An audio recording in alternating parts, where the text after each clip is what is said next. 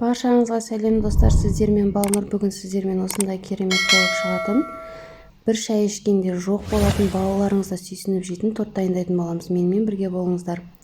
Осындай балық печеньемізге бананымызды, шабдалымызды және 2 ас қасық қаймағымызды салып, араластырып, пищевой пленка төселген осындай ыдысымызға салып, 15 минутқа холодильникке жібереміз. 15 минуттан кейін алып, бетін әсемдейтін боламыз. Міне осылай пакетінен босатамыз пищевойдан. Тарелкамызге салып, бетін қалауларыңыз бойынша әсемдесеңіздер болады. Мен шоколад пайдаландым. Шоколадпен бетін әсемдеймін. Дәмі өте керемет, ерекше болып шығады. Сондықтан барлықтарыңызға жасап көруге кеңес беремін. Видео ұнап жатса лайк басып тіркеліп кетіңіздер. Бізге ас болсын, сіздерге сәттілік, барлықтарыңыз жасап көріңіздер. Сау болыңыздар.